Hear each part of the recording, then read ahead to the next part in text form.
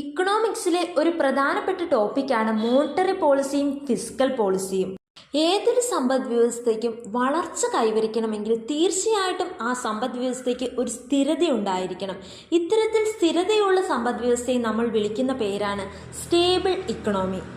നമ്മുടെ ഇക്കണോമിയിൽ എപ്പോഴും മാറ്റങ്ങൾ വന്നുകൊണ്ടേയിരിക്കും. ഇത്തരത്തിലുള്ള മാറ്റങ്ങളെ നമ്മൾ ഇൻഫ്ലേഷൻ എന്നും ഡീഫ്ലേഷനും എന്നൊക്കെ വിളിക്കാറുണ്ട്.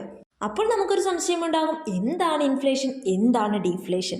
ഇൻഫ്ലേഷൻ എന്നാൽ പണപ്പെരുപ്പം, അതായത് ജനറൽ പ്രൈസ് ലെവലിൽ ഉണ്ടാകുന്ന ഇൻക്രീസിനെയാണ് ഇൻഫ്ലേഷൻ എന്ന് വിളിക്കുന്നത്.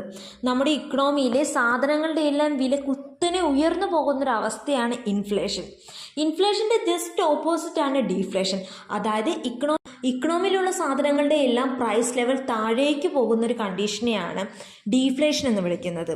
ഇവിടെ ഇൻഫ്ലേഷൻ ടൈമിൽ ഇക്കണോമിയിലെ മണി സർക്കുലേഷൻ വളരെ കൂടുതലായിരിക്കും. അതേസമയം ഡീഫ്ലേഷൻ ടൈമിൽ ഇക്കണോമിയിലെ മണി സർക്കുലേഷൻ വളരെ കുറവായിരിക്കും.